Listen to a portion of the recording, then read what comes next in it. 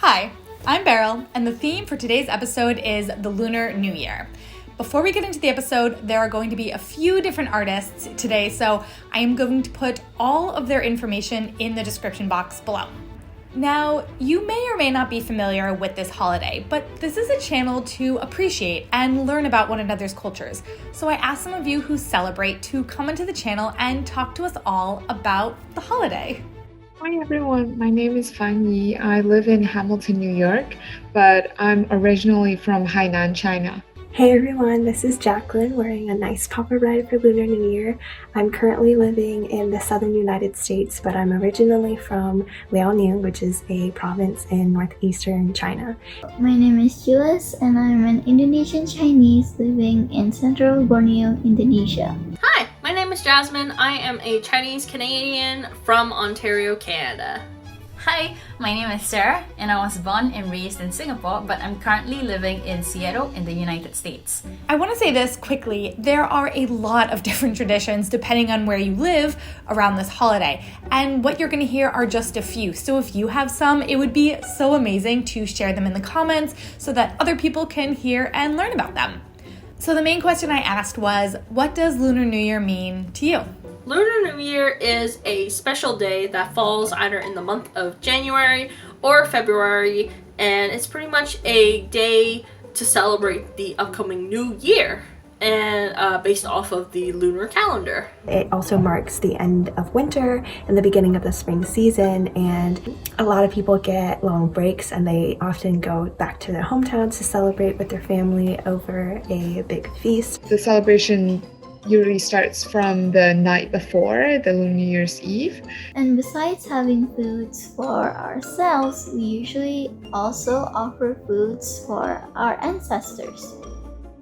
Normally we would wear our traditional Chinese outfits, which are made out of silk, red in color because red is a symbol of good luck, and go out and attend the festivities. There's a whole bunch of performances that happen. The lion dance for one. The most fun part is having a huge variety of fireworks every night. The legend goes that there used to be a monster named Nian that would come on New Year's Eve to eat people, ravage the villages, and destroy their homes. But by setting off firecrackers, you can scare the monster away and ward off evil spirits that might come with you into the new year. Something that we also usually do during Chinese New Year is give out angpaos. They're usually filled with money and are given by married people in the family to non-married people. One of my favorite traditions is this salad called yusheng. It's a prosperity salad where all the ingredients have symbolic meaning. And here's the cool part. To toss the salad, everybody literally digs in with their chopsticks and tosses the ingredients up as high as they can. The higher you toss, the more luck you bring in. While I don't actually believe this salad brings in luck, it definitely is a very fun and tasty way to eat your veggies. Obviously, a big part of this holiday is all about food, like most holidays. And this is a food channel, so I'm heading down to New York City's Chinatown because I'm going to pick up a couple of ingredients to make niangao, which is a traditional sticky rice cake for the new year. And look at that, we are in vlog mode. I'm like a real YouTuber. I don't really know what I'm doing, so bear with me. I need to go down and pick up glutinous rice flour, which is not the same as rice flour, and Asha's coming with me. And it's raining. We really could have planned this better. The easiest place to get this is in New York City's Chinatown, and of course I got distracted and I had to go into one of the many bakeries and get a cream bun because they are so good. While I am doing this, we have a guest to come and teach us about a traditional Chinese main dish for this holiday. His name is Randy. Everybody welcome him. I feel like I'm a teacher. I'm gonna let him take it from here, and I will see you after the main course. Hi everyone, my name is Randy Lau, and I was born, raised, and still living in San Francisco. I'm a second generation Chinese American, and both of my parents immigrated from Guangzhou in China to the US in the 1980s in hopes of a better life for our family. From this, I launched a food channel with my family called Made with Lau. My dad's been cooking Chinese food for over 50 years. 你試下仔啦，啱啱好。and every week we share a video where he teaches us one of his recipes, and afterwards we all sit down as a family to eat together to learn more about the recipe and to share all of the stories that the dish brings up for us. My grandma also always tell me when I was young, eat the leg, eat the chicken leg. Chinese culture has always been a huge part of my life and identity, but I think growing up at times I felt kind of disconnected from both the language and the culture. I think a lot of Asian Americans in our generation can probably relate, but as a kid I felt like I was never quite American enough or Chinese enough, and that was compounded by the language barrier that I had with my dad. And because of that, I've always had this desire to understand my heritage on a deeper level. And especially now that I recently became a father, I feel like a higher sense of personal duty to be able to pass traditions like celebrating Lunar New Year down to my kids and future generations. For me, my favorite part of the holiday is devouring the gigantic 9-course feast that my dad always prepares for us on Chinese New Year's Eve, which is called Ni Nie Fan in Cantonese. A lot of the dishes that my dad prepares carry their own significance and symbolism, and something that my dad makes every single year is steamed fish, or jingyu. Steamed fish is traditionally one of the main centerpiece entrees for Chinese New Year. Like the name suggests, it's made by steaming a whole entire fish in a wok, usually stuffed and garnished with ginger and scallions and other flavors, and lathered in sizzling oil before serving. This recipe works with any type of fish, but you'll usually see this fish made with fish like rock cod or sea bass for more festive occasions. It is absolutely delicious, and each bite is super juicy, super tender. It's a lot like a warm hug for your mouth, and the sauce has the perfect amount of zest from the ginger and scallions and umami from the other flavors. And I remember as a kid, I used to scoop up a bunch of the leftover sauce onto plain rice after all of my fish was gone, and I loved it. My parents grew up fairly poor and didn't have a lot of access to meat, but Chinese New Year was one of the few times every year that they would splurge and make a big feast for themselves, and they always made it a point to make steamed fish. So when I started our channel, steamed fish was actually one of my dad's recipes that I felt was really important to document. For Chinese New Year in particular, my dad always goes all out with his steamed fish and steams the biggest fish he can buy. There's a Chinese phrase, 冇魚不成宴, which roughly translates to no fish, no feast, or it's not a party without fish. Okay, steamed fish. Cheers! Okay, I'm back. I'm going to leave a link to Randy's YouTube page in the description, and you guys really should check out the video on how to cook that fish. It is absolutely amazing. As for me, I am back from Chinatown and I'm going to be making the sticky rice cake. I have a recipe that I'm going to be following, which I will leave in the description if you want to try yourself. So, this will be my first time making one. I'm really excited. I'm also excited to eat it. This is the recipe for Chinese niangao. Making niangao can be quite simple, especially if you have an Instapot, and this is obviously not the traditional way to make this steamed rice cake. I got this recipe from the Walks of Life blog, and I have linked it below. The Chinese word nian means sticky, and the word gao means cake, but these sounds are homonyms in Chinese, meaning that they have the same sound as the words for hi and year. So this cake is often made during the Chinese New Year because it is said to bring good luck. There are also a lot of fables surrounding Chinese New Year, including one about a kitchen god who lives in everybody's house.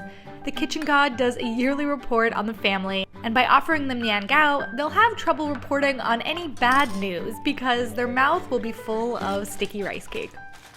2020 was the year of the rat, and this year, 2021, is the year of the ox. In Chinese culture, the ox is a very hardworking zodiac sign, and it usually signifies movements.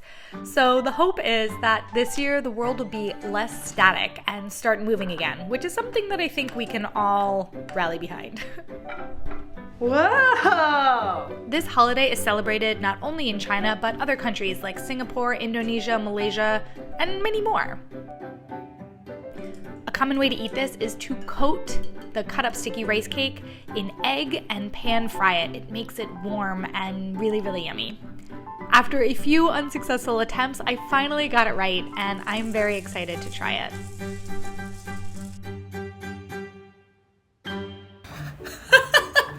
It it's another day. I didn't realize how long the rice cake needed to set. It was overnight pretty much. So that was a bit of a longer process than I was ready for, but ta-da!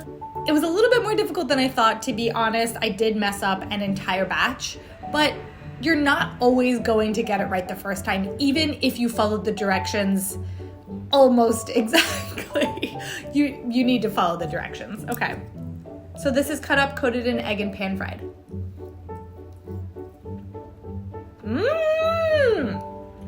Well, it's really chewy. Makes sense. This tastes really nice. It's not that sweet. The texture is very soft and chewy, but not like that tiresome type of chewy. Definitely making my eye like really go. It's good though. It's really nice. Wow. This episode has made me so happy. I've learned so much about Lunar New Year. I got to speak with so many of you, which was really special. I had my first collaboration with Randy. I really feel like this community is becoming something that's more than just this really fun project. It's becoming something that's really important to me. And I feel like I'm learning more about the world and learning more about people. And I hope that you guys are too, because I don't know, this just feels like a special place. For me, I always look forward to celebrating Chinese New Year with my family because it's just a time for us to connect and eat amazing food together. As a Chinese American, it's always given me a sense of pride to be Chinese and to get to take part in these traditions that have been celebrated for thousands of years. But at the end of the day, I feel like it's in our human nature to celebrate the end of a chapter and the start of a new one, and to express hope that the next chapter will be even better than the ones before it. Lunar New Year signifies to me just the best things about humanity, you know, the beauty, the strength, and the optimism that we humans have. It also means getting back in touch with my roots. It was hard for me to show my Chinese culture to a lot of people. They just didn't understand. They didn't understand the food. But Lunar New Year was the best time of year to show the world what it means to be Asian, what it means to be Chinese for me in particular. It's a great time of year to pretty much bond with people that might not know what Lunar New Year is, and to show them, hey, it's actually a really cool festival, you should come join us. On behalf of the Lau family, I just wanted to sign off by sharing a few traditional Chinese New Year wishes. Gong Hei Fa Choi, which means may you have a prosperous New Year. San Lin Fai Lok, which means Happy New Year, and San Tai Kin Hong, which means be in good health.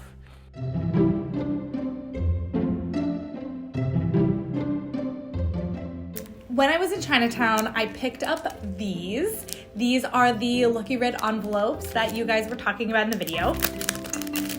There are 6 of them, and they have these beautiful depictions of the ox because it's the year of the ox. So I thought, considering I am your like married big sister in a sense in this scenario, that I would love to send 6 of you a New Year's card with a little something inside.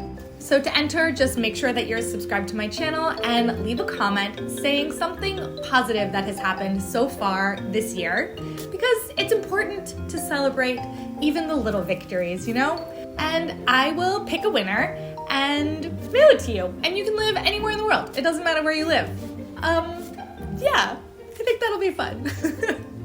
I want to say a really big thank you to everybody who was in this video, from the artists to those of you who submitted videos to Randy. There are going to be links in the description for everything, so go there and check it out. And with that, Happy New Year if you are celebrating, and I will see you all in my next video.